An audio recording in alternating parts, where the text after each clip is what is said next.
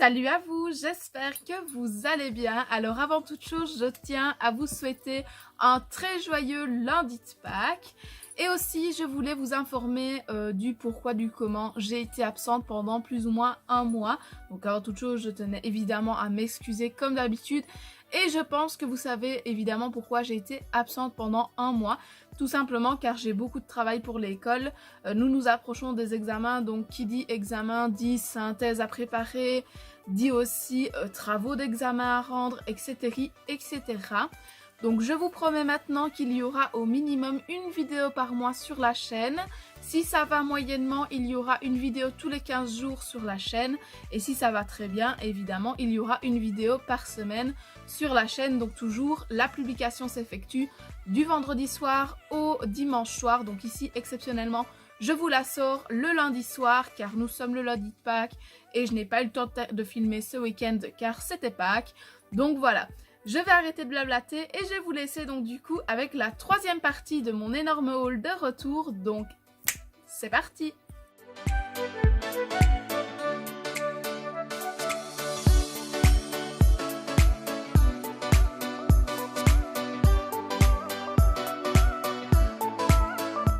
Le premier article, c'est tout simplement des petites chaussettes. Donc j'ai acheté des chaussettes sur le site Cozy Socks. Donc du coup j'ai acheté deux fois des marrons et j'ai acheté deux fois des noirs. Mais je ne vais vous présenter qu'une fois les marrons et une fois les noirs. Donc c'est des chaussettes qui coûtent plus ou moins 5 € la paire. Donc c'est des chaussettes mi-bas fin comme ils appellent ça. Et donc les chaussettes se présentent comme ceci. Donc c'est des chaussettes toutes fines. Donc on peut le voir ici, on voit un petit peu à travers. Le pied est donc renforcé, mais c'est pas non plus un pied molletonné, donc c'est un pied assez agréable à porter. Et il y a donc du coup la marque Cozy Socks comme ceci, ici en dessous. Les brunes sont pareilles, donc du coup c'est toujours des petites chaussettes toutes fines. Et donc la marque est présente aussi ici en dessous, mais cette fois-ci en beige. Donc c'est des chaussettes vraiment sympathiques à porter, elles ne glissent pas et je suis vraiment satisfaite. Surtout qu'elles ne sont pas très chères et elles ne sont pas encore effilochées, du moins aucune des deux paires, et je touche du bois pour que ça n'arrive pas. Ensuite, le deuxième article, c'est tout simplement un petit power phaser.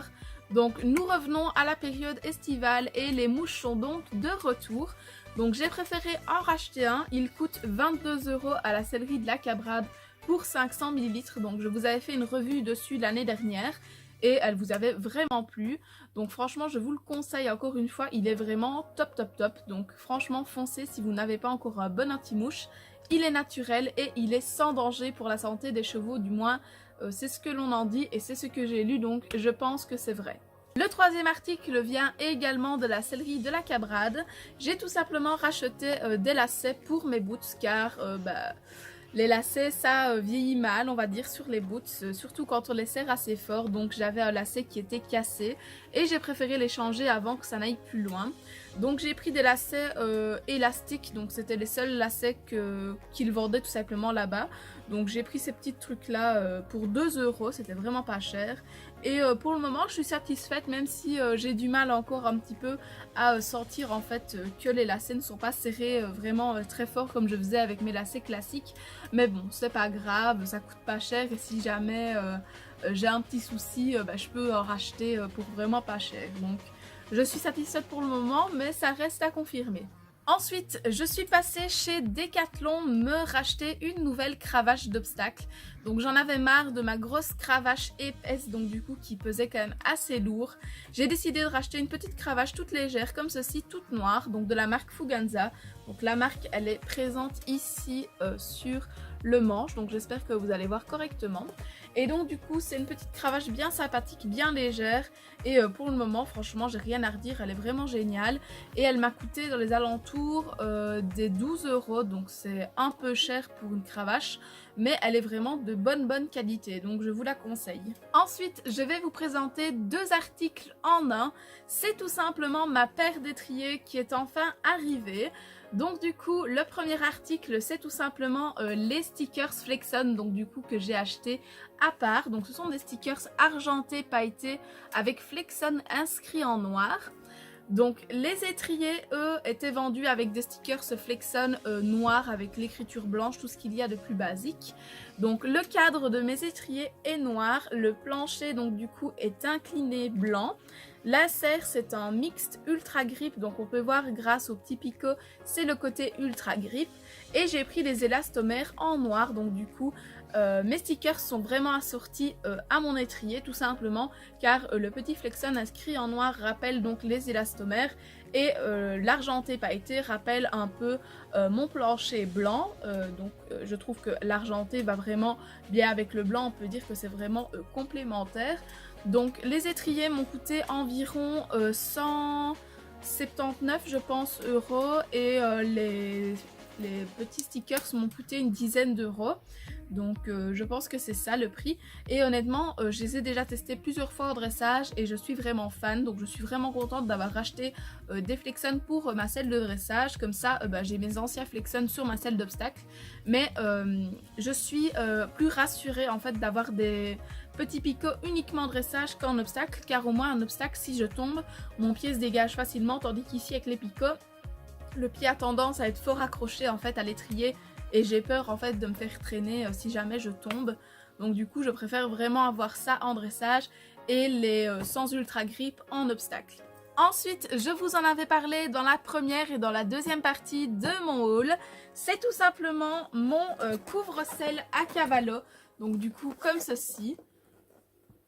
Donc je vais vous le déballer, même si pour le moment je ne l'utilise plus. En fait je l'ai utilisé une fois et j'ai trouvé ça vraiment inconfortable.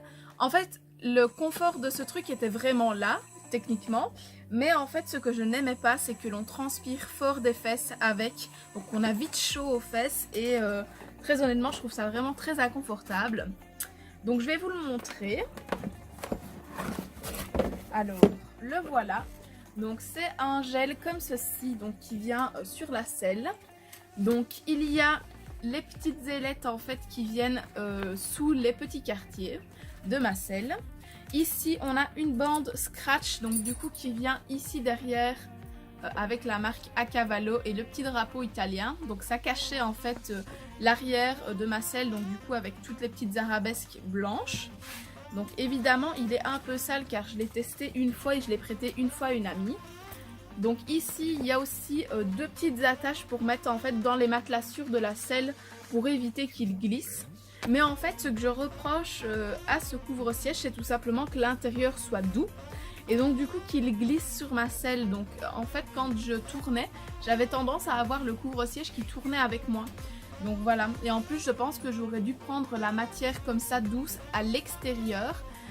Plutôt que de prendre la matière gel à l'extérieur pardon. J'espère que je me fais comprendre. En fait j'aurais aimé que ça soit recouvert de la même matière qui est à l'intérieur et que le gel en fait soit posé ici, qu'il n'y ait pas de matière pour ne pas que ça glisse. Mais bon, je ne sais pas encore si je vais le garder ou si je vais le revendre, donc du coup je vous le présente quand même. C'est quelque chose qui m'a coûté plus ou moins 85 €, je dirais dans les alentours de 85 €. Et très honnêtement, je ne suis pas du tout satisfaite. Vous allez voir dans le prochain haul, car oui, il y aura un prochain haul. Je suis allée en fait chez Kramer en Allemagne et j'ai donc fait des petits achats et j'ai fait un petit vlog en fait. Donc il y aura un vlog et un haul et vous verrez en fait que j'ai racheté un pantalon pour aller avec ma selle d'obstacles qui pose des problèmes plutôt que ce truc là. Et donc c'est pour ça que je vous dis que je ne sais pas encore si je vais le garder ou pas. Il y a eu beaucoup trop de mots pour une présentation d'un produit que je n'aime pas. Ensuite, comme vous le savez, j'ai perdu quand même pas mal de poids. Et donc j'avais acheté à l'époque un gilet Fuganza bleu marine pour aller donc du coup avec ma corpulence d'avant, donc qui était quand même déjà assez forte. Et donc j'en avais marre en fait tout simplement de monter avec un gilet beaucoup trop grand qui ne me mettait pas en valeur. Donc j'ai racheté tout simplement un gilet donc de la marque Kingsland. Donc c'est un gilet noir fourré polaire, donc franchement il est super agréable à porter. Donc la marque est présente ici sous forme de petit logo KL. Il y a aussi la marque sur les manches, donc du coup inscrit Kingsland partout sur les manches. Mais le problème c'est que c'est inscrit ton sur ton, donc je pense que vous n'allez pas voir correctement. Donc voilà. C'est un gilet qui m'a coûté dans les alentours des 80 €, donc oui c'est quand même un coût pour un gilet quand même tout basique. Donc je sais que c'est vraiment cher, mais ça valait la peine car franchement je suis super bien dedans et il n'est pas trop chaud. Donc voilà encore une fois la marque présente ici à l'intérieur. Et franchement la matière est top, elle ne bouge pas au lavage, donc franchement je suis super contente. Je l'ai depuis le mois de janvier je pense. Et je suis vraiment satisfaite à 100%, donc voilà. Ensuite, lors de mon premier passage chez Kramer en Allemagne, je suis repartie avec une petite veste, donc du coup comme ceci de la marque HV Polo. Donc c'est une veste sans manches avec de la kératine à l'intérieur. Donc du coup c'est comme les protège dos de la marque Back on Track, donc du coup qui échauffe le dos avant le travail en fait tout simplement. Donc je suis trop satisfaite de cette veste là car elle m'a tenu chaud pendant l'hiver. Donc j'ai vraiment été super contente de l'avoir. Je l'ai eu en fait au mois de décembre. Donc j'ai vraiment passé tout l'hiver avec. J'ai fait aussi quelques concours d'obstacles avec et franchement je suis trop contente. Donc l'intérieur est comme ceci, un peu un espèce de tissu avec des petites feuilles. Et donc voilà la petite veste, elle est vraiment super belle. Et c'est une veste qui m'avait coûté dans les alentours des 60-70 €. Et franchement, rien de plus à redire. Franchement, juste une veste top avec laquelle je suis vraiment à l'aise, aussi bien à pied qu'à cheval. Donc du coup, franchement, je vous la recommande. Mais je pense qu'elle va plus trop être vendue vu que les nouvelles collections sont déjà sur le marché. Surtout les nouvelles collections de printemps-été, sachant que celle-ci, ça c'est vraiment une veste d'hiver. Le dernier article est un article d'occasion, donc du coup, c'est un tapis que j'ai acheté à une amie à moi. Donc c'est un tapis HKM Sport Burberry, donc en beige. Donc c'est pas un tapis qui va plaire à tout le monde, c'est un tapis aussi qui est en polaire à l'intérieur, donc c'est un tapis que je vais mettre exclusivement en hiver. Et donc c'est un tapis qui m'a coûté 15 € en occasion, sachant que de base quand il est sorti, il en valait 60. Je suis donc du coup gagnante à ce niveau-là. J'ai donc ici des petits passages à scratch et d'autres petits passages sans scratch. Donc comme vous pouvez le voir, le tapis n'a vraiment rien. Il y avait juste un petit souci au niveau du dessus du tapis. Il y avait un petit trou que j'ai recousu, donc maintenant ça ne se voit plus du tout. Donc ici on peut voir en fait le petit trou avec ma petite couture. Donc c'est vraiment pas grave, en fait c'est parce qu'il y avait une souris dans son armoire et donc du coup elle avait fait un petit accroc au tapis. Donc franchement je suis trop contente d'avoir un tapis comme ceci car j'avais vraiment envie d'avoir un tapis original mais beige pour aller donc du coup avec la belle robe alezane de mon petit Astérix, car Fuganza dit que le beige est la couleur qui va le mieux aux alezans et très honnêtement j'ai trouvé que ce tapis lui allait mais comme un gant. Donc c'est pour ça que je lui ai acheté et donc du coup je suis vraiment trop contente quand je lui mets. Cette vidéo touche à sa fin, j'espère vraiment vous retrouver très prochainement, donc du coup pour une prochaine vidéo. En attendant, je vous fais des bisous à vous et à votre cheval ou votre poney. Donc du coup je vous dis à la prochaine pour une prochaine vidéo. Bye bye!